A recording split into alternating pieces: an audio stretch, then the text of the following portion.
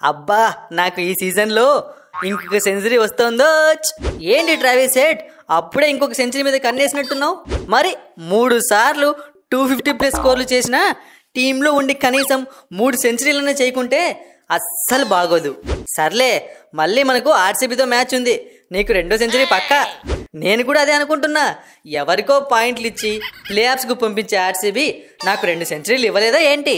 ఇవ్వదు. నీకు సెంచరీ ఇవ్వదు, ఈసారి మీకు 2 పాయింట్లు కూడా ఇవ్వదు. కోహ్లీ అన్న, ఇన్ని సంవత్సరాలుగా ఐపీఎల్ ఆడుతున్నావు, నువ్వు అన్ని సెంచరీలు చేసుకున్నావు, నేను ఒక 2 సెంచరీలు చేసుకుంటే ఏమైనా ప్రాబ్లమా? ఏంటన్నా ఇలా చేస్తావు? నువ్వు ఎంకరేజ్ చేయాలి కదా. ఒకప్పుడు ఆర్సీబీ ప్లేయర్ని నేను. ఎంత ఆర్సీబీ ప్లేయర్ అయితే మాత్రం మాకు అగైనెస్ట్ గా వెళ్ళి మొత్తం బ్యాచ్ మా మీద ఆడేస్తున్నారు. నువ్వు ఆ హెన్రిచ్ క్లాసెను, ఆ షాబాజ్ అహ్మద్ అన్నా మర్చిపోయావు, మా టీంలో ఇంకా 2 మీ వాళ్ళు ఉన్నారు. భువనేశ్వర్ కుమారు మీవాడే, వాషింగ్టన్ సుందరు మీవాడే. అలా చెప్పుకుంటూ పోతే ప్రతి టీంలో మా ప్లేయర్లు ఉన్నారులే, అది పెద్ద మ్యాటర్ కాదు. ఇప్పుడు మ్యాటరు 2 పాయింట్లు, 1 సెంచరీ. అవును, మొన్న మీకు ఇచ్చిన 2 పాయింట్లు కూడా మీ నుండే రిటర్న్ తీసుకుంటాం. చూసావా హెడ్, డూప్లెసిస్ ఉంటాడు ఆర్సీబీ టీంలో, ఆ టీంకి కెప్టెను, మంచి జోకులు వేస్తాడంటే నువ్వు నమ్మలేదు. ఎంత పెద్ద జోక్ చేశాడో చూడు. నిజమే కమిన్స్, ఇంకేమైనా జోక్స్ ఉంటే చెప్పు డూప్లెసిస్ అన్న. మ్యాచ్ మధ్యలో గుర్తు చేసుకుని నవ్వుకుంటా. హిట్టింగ్ చేసి కొన్నిసార్లు బోర్ కొడుతుంది. ఏంటి కోహ్లీ ఇంత సీరియస్ గా వార్నింగ్ ఇస్తూ ఉంటే వీడు జోక్ అంటాడు? అన్నా, పెద్దలు ఏం చెప్పారు? ఆరిపోయే దీపానికి వెలుగు ఎక్కువ అన్నారు. ఇంతవరకు ఐపీఎల్లో ఎవరైనా ఈ రకంగా బ్యాటింగ్ చేశారా? ఈ రకంగా స్కోర్లు కొట్టారా? వీళ్ళు వెళ్ళిపోయే టీమే అన్న ఇది. నువ్వేం టెన్షన్ పడకు. అలా కాదు కోహ్లీ, ఎంత మనం మ్యాచ్లో ఓడిపోతే మాత్రం ఏదో టైం బాలేక ఓడిపోతున్నాము, లేకుంటే మనం ఎలా పర్ఫామ్ చేస్తాం చెప్పు? జోకర్లా చూస్తున్నాడు వాడు. అన్నా, ఆర్సీబీ పరిస్థితి అంత దారుణంగా ఉంది. మరి బయట జనాలు కూడా నవ్వుతున్నారు మనల్ని చూసి. ఇక అపోజిషన్ టీం జోకులేస్తే మనం కౌంటర్ చేసుకోవాలి తప్ప బాధపడకూడదు. నన్ను చూసి నేర్చుకో. ఓవర్సీస్ కెప్టెన్ అయినా హైదరాబాద్ జనాలు నాకు హారతులు పడుతున్నారు. నువ్వు ఆర్సీబీ కెప్టెన్వి, ఎప్పుడు దిగిపోతావా అని చూస్తున్నారు. హలో, ఎక్కువ ఎక్స్పెక్టేషన్స్ పెట్టుకోవద్దమ్మా. నువ్వు కూడా ఆర్సీబీ కెప్టెన్ అయితే నువ్వు ఎప్పుడు కెప్టెన్ గా దిగిపోవాలా, ఎప్పుడు విరాట్ కోహ్లీ కెప్టెన్సీ చేస్తాడని చెప్పి వెయిట్ చేస్తూ ఉంటారు. ఇక్కడ టీంతో ప్రాబ్లం ఉంది, కెప్టెన్తో కాదు. అంత లేదు, నేను ఏ టీంకి వెళ్ళినా నా కెప్టెన్సీ పవర్ చూసి పిచ్చెక్కిస్తా ఫ్యాన్స్ కు. ఇప్పుడేంటి, మొన్న 280 పైన కొట్టారు, ఈసారి 300 కొడతాం అంటున్నారు. అంతేనా? అంతే అన్నా. 300 స్కోర్ వస్తుందో తెలియదు కానీ నేను మాత్రం సెంచరీ చేయాలన్నా పక్కా. ఎందుకంటే మ్యాచ్లు అయిపోతున్నాయి, తొందరగా 2-3 సెంచరీలు వెనకేసుకుంటే నెక్స్ట్ ఇయర్కి మంచి ఊపు ఉంటుంది. ఇప్పుడే చెప్తున్నా, రాసుకోరా ట్రావిస్ హెడ్, నువ్వు నెక్స్ట్ మ్యాచ్లో 50 కూడా చెయ్యవురా. 50 చేయకుండానే నిన్ను అవుట్ చేసే బాధ్యత నాది.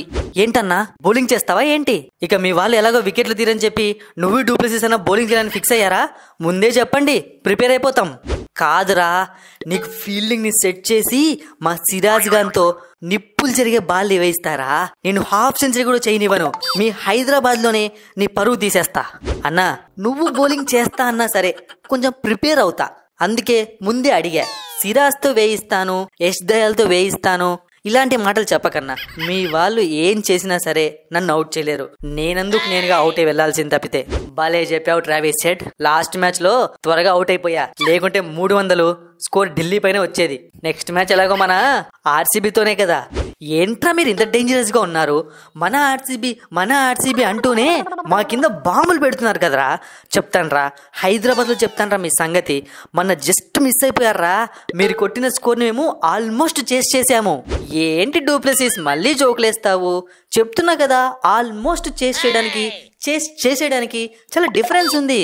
లాస్ట్ 2 మ్యాచ్ల్లో మొదలు పెట్టిన పనిని కంప్లీట్ చేయకుండానే వెళ్ళిపోయా. ఈసారి హైదరాబాద్ లో పని మొదలు పెట్టాక ఆర్సీబీకి 2 పాయింట్లు వచ్చే వరకు ఆపను. చూసుకుందాం బ్యాట్ కమిన్స్. నువ్వేంటి మధ్యలో వచ్చావు? సైడ్ ఆర్టిస్ట్ వే, వెళ్ళిపోయి ఇక్కడ నుంచి ఫస్ట్. అయినా ప్రతి మ్యాచ్ లో రావడము, గెలిచేలా ఆర్సీబీ ఫ్యాన్స్ కు హోప్స్ ఇవ్వడము, మధ్యలో అవుట్ అయి వెళ్ళిపోవడము, ఇదేగా నువ్వు చేసేది. నెక్స్ట్ మ్యాచ్ లో కూడా అదే జరుగుతుంది. అయినా ఈసారి అసలు నీకు మొదలు పెట్టే ఛాన్సే ఇవ్వము. నన్నే సైడ్ ఆర్టిస్ట్ అంటావు కదా, రేపు మ్యాచ్ లో చూపిస్తా నేను సైడ్ ఆర్టిస్ట్ను ఎస్ఆర్హెచ్ ను సైడ్ చేసే ప్లేయర్ నో. ఇదిగో డూప్లెసిస్, వీళ్ళతో అంటే గట్టిగా మాట్లాడుతున్నాం కానీ ఈ ఎస్ఆర్హెచ్ వాళ్ళ బ్యాటింగ్ చాలా డేంజరస్ గా ఉందబ్బా. మనం రాత్రంతా కష్టపడి వీళ్ళకి ఎలా బౌలింగ్ చేయాలా, వీళ్ళకి ఎలా ఫీల్డ్ సెట్ చేయాలని చెప్పి ఒక పెద్ద ప్లాన్ వేసుకోవాలి. ఏమంటావు?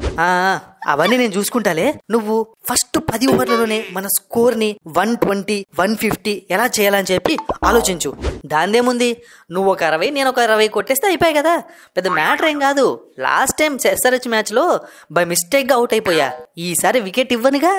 డూప్లెసిస్ అన్న ఎందుకన్నా భయపడతారు? మన చూసారు కదా నేను ఎలా బ్యాటింగ్ చేశానో కోల్కతాలో. ఈసారి హైదరాబాద్ పైన ఒక సెంచరీ చేయాలని చెప్పి ఫిక్స్ అయిపోయా అన్న. లాస్ట్ టైం నీ వల్లే నేను రన్అట్ అయ్యా, గుర్తుందా లేదా నీకు? గుర్తుందిరా. ఈసారి మాత్రం నేను అవుట్ చేయనురా నేను.